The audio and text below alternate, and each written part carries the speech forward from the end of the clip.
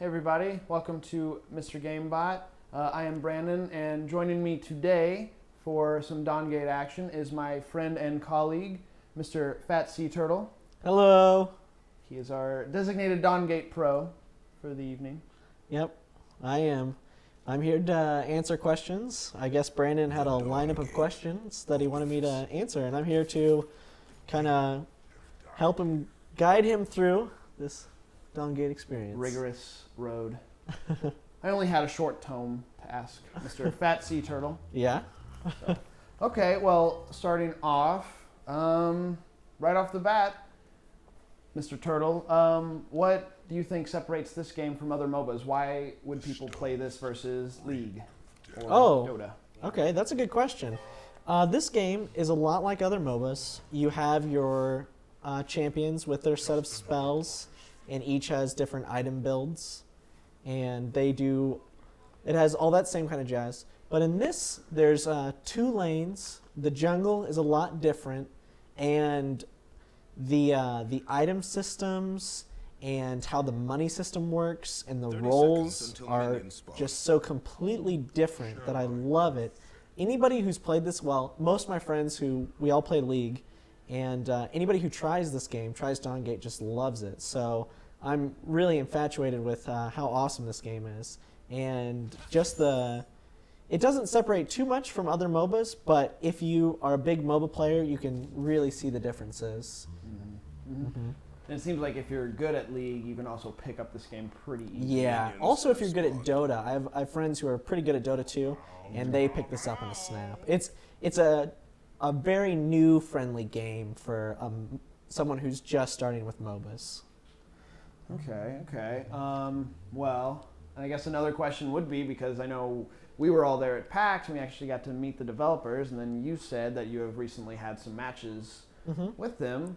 Okay, so this game actually, I'm playing Desecrator, who is I'm playing him as a tactician. We'll get into what roles are later.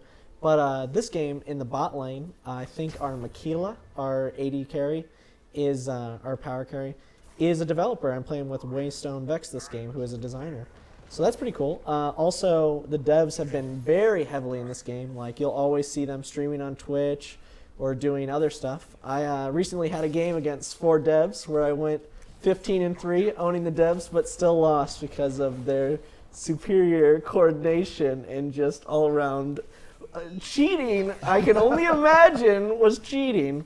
But the devs are really nice, and they're pretty fun to play with. Yeah, I'd say the one guy we talked to, he was pretty awesome, and he's almost like at least half the reason why I want to get good at this game, which I have, for those of you who don't know. I have played this game, not near as much because the servers are online at very select times throughout the week. It is closed beta, so they can't always have the servers on, but you know. It's very fun, though. Okay, and I guess we were talking about roles earlier. Oh yeah, okay. What's their importance? What do they do? Okay, so there are 4 roles in Dawngate. The first one is Gladiator. It looks like a red lion, yes. And it's all about farming. You get more gold if you can kill creeps in succession. So you get 2 extra gold, and this buff lasts for 8 seconds. If you don't kill a creep within those 8 seconds, you lose your bonuses that keep stacking and stacking and stacking. So as a gladiator, you usually just want to farm up. And they're a laner, I guess. Mm-hmm. Then the next one is Hunter, which is the jungler role. This game we have a Volk in the jungle. He looks like a big green blob, if you can see in the bottom right of the mini-map. And their goal is to run around the jungle and collect buffs and help out the laners with ganks. And then the third is Tactician, which I'm playing as Desecrator this game. My job is to support the Gladiator or Predator, whether it be in lane. And I get extra gold for laning, and I get extra gold on hit if I can hit an enemy shaper. And then the last one is Predator, and they're all about killing. They gain bonus experience for kill and assist, and they gain more Vim for killing Spirit Well creatures, which we'll talk about later. Nice. See, that was me coming into this game. That was also, like, I think the biggest, most enticing point for me is no longer is it like League where you pretty much have to get some kills to make most of your gold and stuff like that. Oh, yeah. They kind of support people like me who don't always get the kills. But if you like killing, you can always pick the Predator role, and it's very easy to get into. Like, Predator can be very strong if you're good at killing people. Which is something I need to work on. But yeah, so okay. Well, while we're on the subject of roles and stuff like that, pre setting up your character, there's loadouts that also give your character certain bonuses. What's that? What's the Okay. You know. All right. So in Dawngate, along with the roles, you can also pick your perk at the beginning of the game. Perks are like talent, or not talents, but rune pages, I guess, is a good example. They are preset, so you can't actually change them, but there are, I think, 5 or 6. They keep changing them around because it is closed beta, but I know there's one that gives plus straight power, one that gives power armor haste, one that gives defense penetration, and some that give health. There's a whole bunch I can't name off the top of my head, but those are what perks are. And I guess we'll talk about them a little bit later for what perk to pick with what champion, or what shaper. So, you know, I have this question because defense penetration, for the most part, I think I got gist of it, but like, why would you choose maybe defense penetration over something like over power and stuff like that? Okay, so defense penetration is good against people who have lots of armor, so it's better late game. Early game, you want to have power because you're going to deal more damage that way. But in the later games, you want to get up your defense penetration so you can try to crack through that guy with 250 armor in the late game. So that's why defense penetration is good. It's more of a late game stat instead of using it as early game. Okay. Sweet. And then I noticed at the beginning of this video, you placed a ward down to help the jungler out. Okay. And so that was my question. What is a good place to just place wards on the map? Okay, well, we'll talk about wards. Every shaper gets their own ward. It's bound to the F key as default. And it's on a 3-minute cooldown, I believe. So there's no more support only buys wards. Everyone has to ward. That's how it's fair. Good ward placement is always in the brush in high traffic spots, like above the lanes or in the tri-brushes. Like, I'm going to ward right now. Oh, no, I'm going back. Okay. Oh, I am warding. That is a good place for a ward because it covers so much area right there. And it being out in the middle, not in yeah, we can see who's coming. Well, that spot in particular is just a good place to ward, but it's kind of hard without showing you where to ward. But wards are very important in this game, and it's cool that everyone gets one. Yeah. You don't have to waste that extra money on getting one. So, okay. And then one question I brought to you earlier was, what is the main difference between support and mage? Because they seem to be very similar characters, but... Okay, support and mage. A mage can always be a support. Support is like a role, but I think you mean carry a mage, like a damage dealer in a mage, yeah. Okay, mages work off power as long as... Carries also work off power. Most of the carries use auto attacks, but the mages use their abilities to damage. So with a mage, you really want to build power and not haste. Maybe some haste. But what I really like is that the mages with auto attacks actually deal a lot of damage because they have so much power. So as you can see, like we're fighting the enemy Fenmore, and he just spams his spells all day to heal and do damage to us instead of mass auto attacking like a normal shaper would. Yeah, so I played a little bit of Fenmore, and he was very... Yeah, he's pretty fun. Okay, and then I know I have told you time and time again, I don't jungle very much, but it's something I would like to try in the future. Okay. And I know people keep talking about jungle buffs, like going for blue right off the bat. Okay. What are those? Blue, red?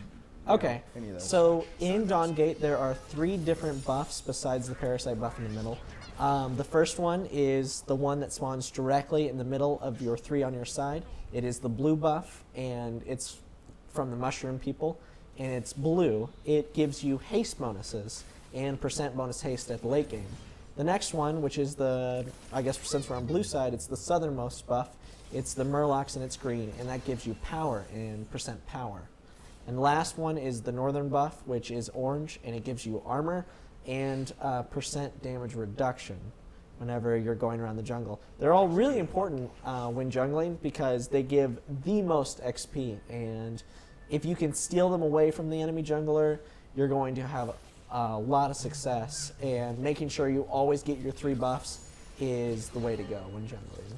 Okay, so in your personal opinion, is there any one buff you should go for first starting the match out?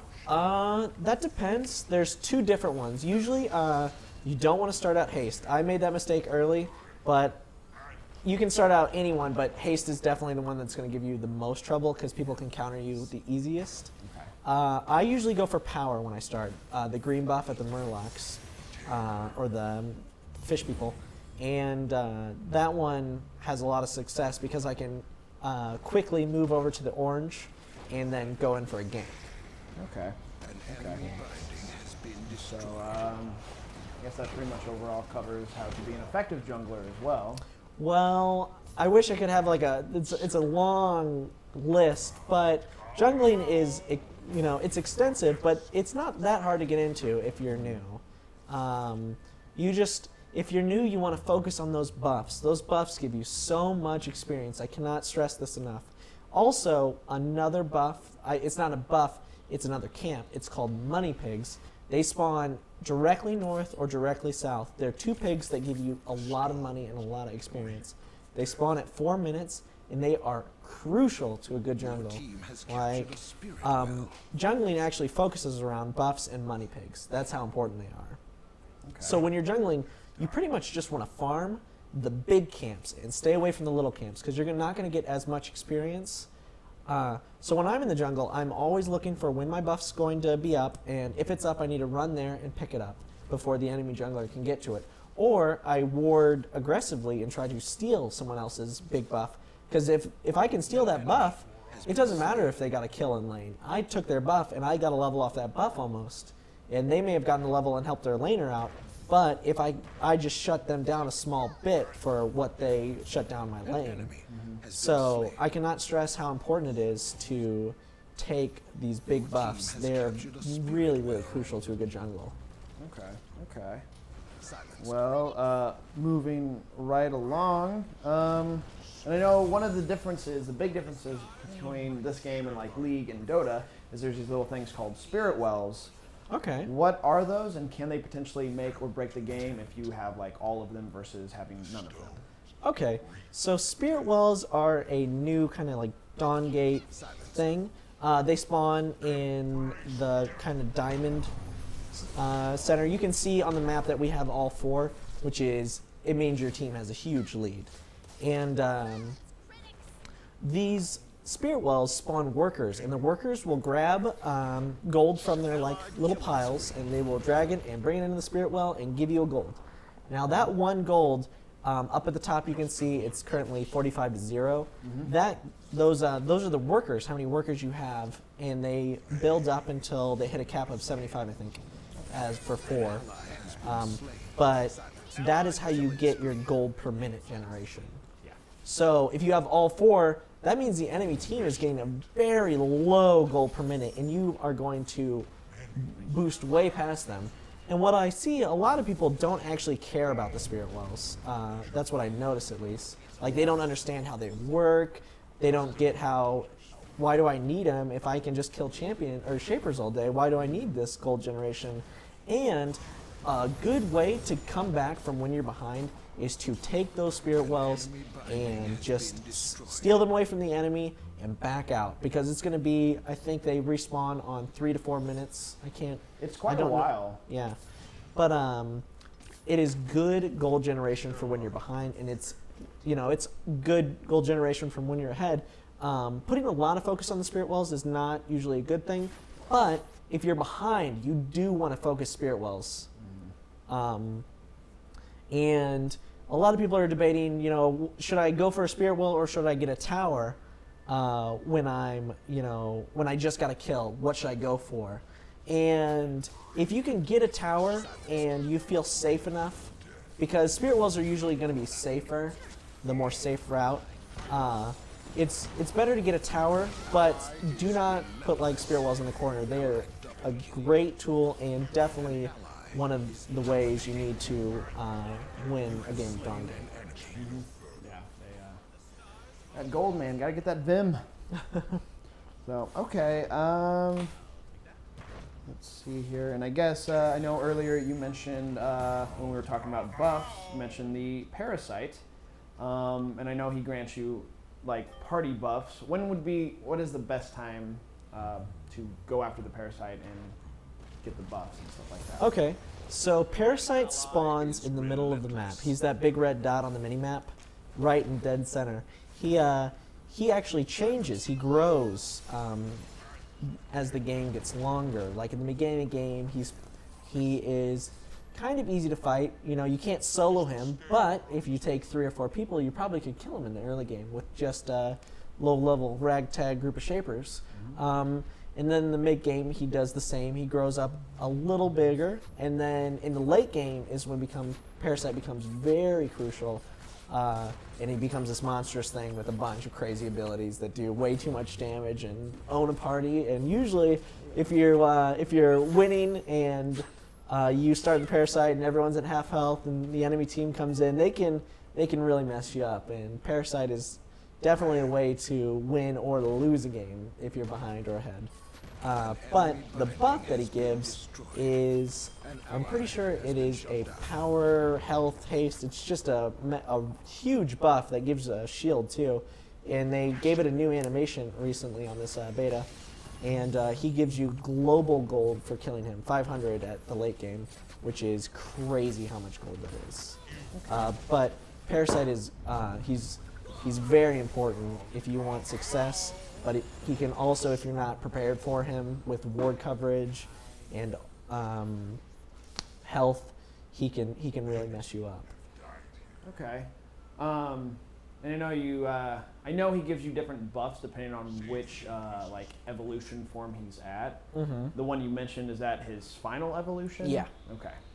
So is it all the same, just less of buff, or? I think so.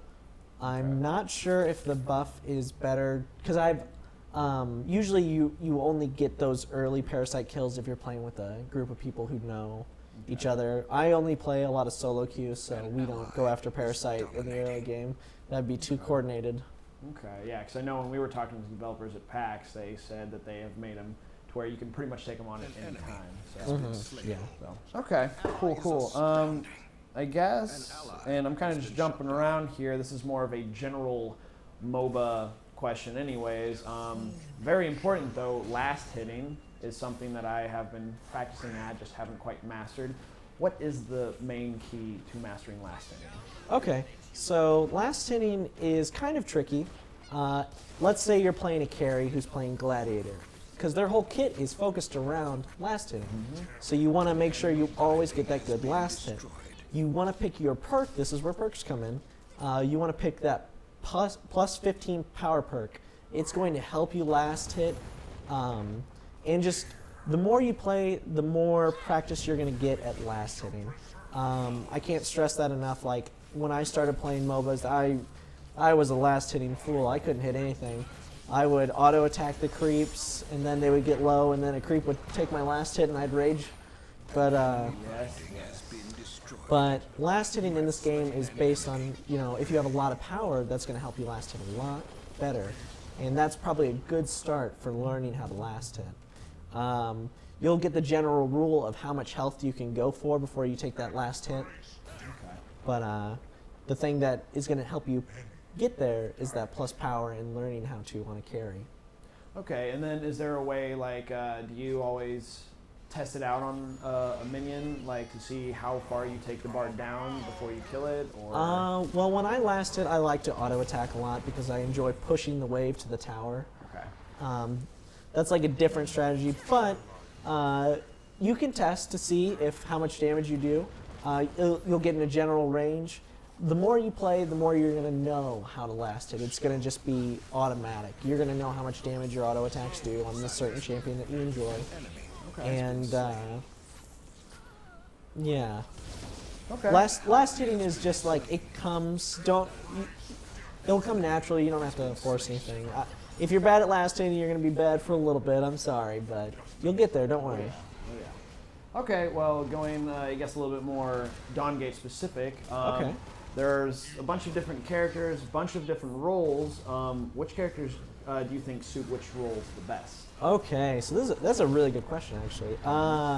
The Waystone developers have graciously put all the shapers into like their respective classes. There are bruisers, there are carries, there are mages, supports, tanks, and assassins. So, I guess we'll just go over some of the roles. But usually as a bruiser, bruisers they can go jungle or tactician or predator. Tanks usually go tactician because they don't get a lot of kills because they're usually big. But they can get a lot of assists if you want to try to play the predator. During the selection screen or let's say when you're looking at a shaper, it will tell you what two roles are best suited for the shaper that you're about to play. Some I don't agree with, some I do agree with, but like the mages usually can play gladiator or tactician. The carries, I almost always want to play gladiator. I love farming on a carry. And the support's probably going to play tactician. Anybody can play predator. That's what I love about this game. Anybody can play any role. They might not be the best at it, but if you want to run around the jungle with a painter lady, you can. Painter OP. Okay. So, I have the same question twice on here. So, okay, well, and then I've noticed when you're picking your shapers, they each have little, I guess you call them like passive abilities, like True Shaper. Okay. Yeah, what are those? Let's deal with those. All right, so Desecrator, as you can see right above my ward button, it's like the rune. That means he is a true shaper. That means his abilities are, they are what Waystone feels as not strong enough to require a resource behind. Like Moa on the enemy team, the little otter, she uses energy because her spells have such a low cooldown that's one way to limit the shaper's ability to use those resources. Most champions are true shapers, and they don't have a resource that allows them to spam their spells. They are based off cooldown reduction or like cooldowns. So that's how you know like how many times you can use the spell. Some passives do crazy things. I know that Nissa, she's a carry. She has a little squirrel that she runs around with, and if you ever go in a bush, the squirrel will be dropped off, and it will ward, kind of like a mini ward in that bush. Oh. Sorry, I'm going on a killing spree right now. I just caught someone and they just gave up. I don't know. See that Zalgus is doing some pretty good ult work there. Oh, on the enemy team or on my team? Your team. Yeah, he's been playing really well this game. I'm glad I got to support him. You see right there the dev, Waystone Vex, killing tower with me. I don't remember how well he did this game, but I know me and Zalgus really owned in the early game. Oh yeah. Yep. Okay, well, and this question I thought was the same question twice. Maybe I'm going to ask it anyway. What is the best champs for which role? Who, like, I guess, who would excel? Oh, okay, so like the best that I think? Okay. Yeah, personally. Well, I like to play the hunter role. I enjoy the jungle immensely. It's definitely the role I've had the most fun in, so I guess we'll talk about the best shapers for that role first. The three best are Moa, Kel, and people agree to disagree, Freya. I love Freya. She's really strong. She dual wields axes, and she's a beast all game. But I do think those three are the best.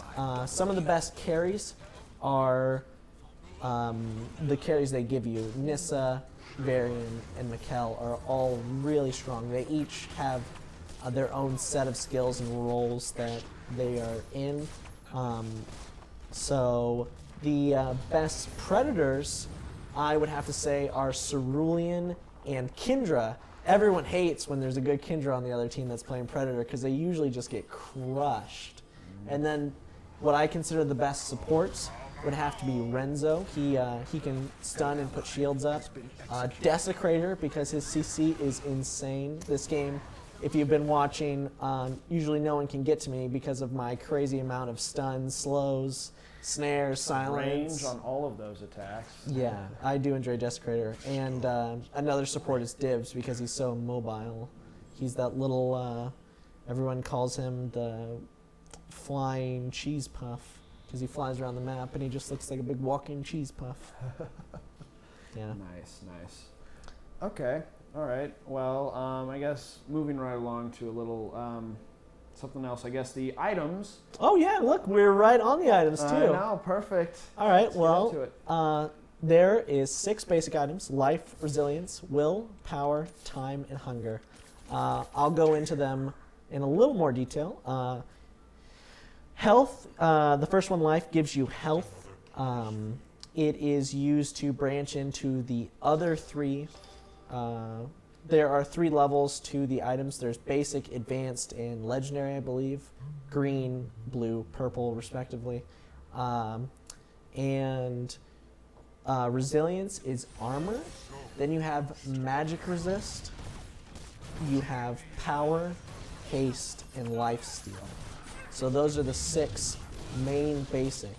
And when you build a basic item, because every item builds out of one basic item, you go into your advanced items. And your advanced items will give your basic item stat and then another stat added onto it. Okay. And it will usually enhance, maybe do something crazy special like give you a small shield or give your allies more armor or MR. And then on top of advanced, you can build your advanced item into a legendary item, and they give you a ton of your first stat and crazy new abilities like way more shields, deal percent damage, life, a bunch of defense penetration, on cooldown or on spell hit you do more damage, or on spell ability you gain a bunch of defense stats. The items are really mixed, and I love how they did it in Dawngate. It's a really nice way if you're learning what you need to build. And I guess this game's just about over too. Yeah. I guess that's GG. Yeah, it was very not one-sided. Our enemy team put up a good fight. We gave them the GG, well played. But yeah. Well, all right, awesome. Got a few more questions, but we can save that for another time. So yeah, thanks, Brandon, for letting me come up on Mr. GameBot. It's been a pleasure. I hope I answered your questions the best I could. Sure, yeah, not a problem. I'm glad to have you, Mr. FatSeaTurtle. Once again, you can check out his Twitch page. Yeah, you can follow me on Twitch, twitch.tv/FatSeaTurtle, or if you want to Facebook me, www.facebook.com/FatSeaTurtleDG for Dawngate. All right, little shameless self-promotion there. Never hurt. Oh, nope. Well, all right, guys. Well, once again, this is Mr. GameBot. Thank you guys for watching, and we'll see you next time.